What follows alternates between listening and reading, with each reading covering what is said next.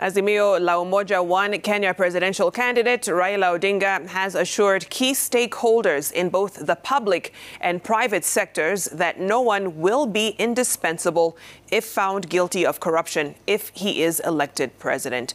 Odinga and his running mate Martha Karua, who last evening held an open consultative forum with individuals and corporate executives on how to achieve a corruption-free Kenya, reiterated that there will be political goodwill to fight graft by restructuring procurement and revenue collection procedures in government, and at the same time collaborating with both the judiciary and investigating agencies to expedite corruption cases to instill public confidence. Citizen TV senior reporter Seth Olale followed the panel proceedings in Nairobi. Fresh from completing a 4-day campaign at the coast, the Azimio la Umoja One Kenya leaders participated in a 3-hour consultative forum with over 300 entities and corporate executives on how to put an end to corruption in both the private and public sectors. The coalition's flag bearer Raila Odinga kicking off the session by assuring key stakeholders in business, commerce and governance that his administration, if elected, will prioritize the fight against graft. As far as I'm concerned, nobody is going to be indispensable, even including my own brothers, my own children. Nobody will be indispensable as far as this war is concerned. Individual entities and corporate executives in attendance sought to know which mechanisms the Azimio la Umoja One Kenya leadership will put in place to eradicate graft if elected. We can't afford to get it wrong. We don't have much time. We have huge pressure because of our debt situation, because of the cost of living. Our European brothers and sisters have decided to go to war. If we want a clean country, I can guarantee you, I know these people very well. I'm older than them, and I have been very close to them.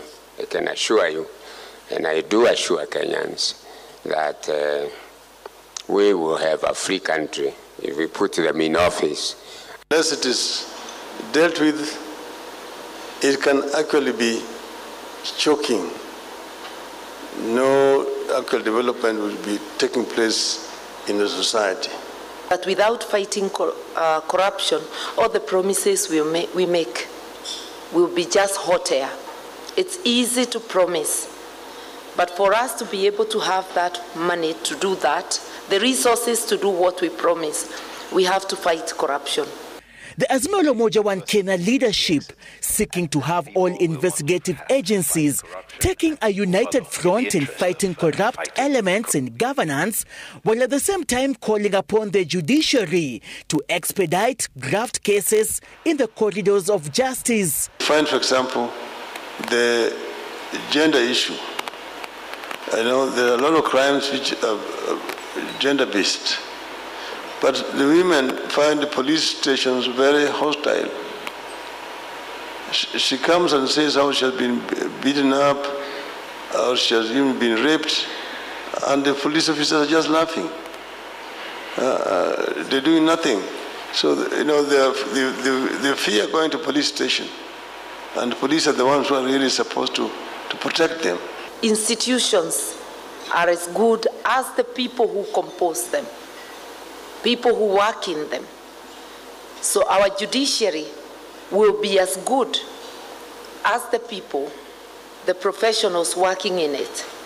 Our anti-corruption commission will be good as the people working in it. The Azimio la Umoja One Kenya leadership has pledged to tackle corruption in its first 100 days in office if elected.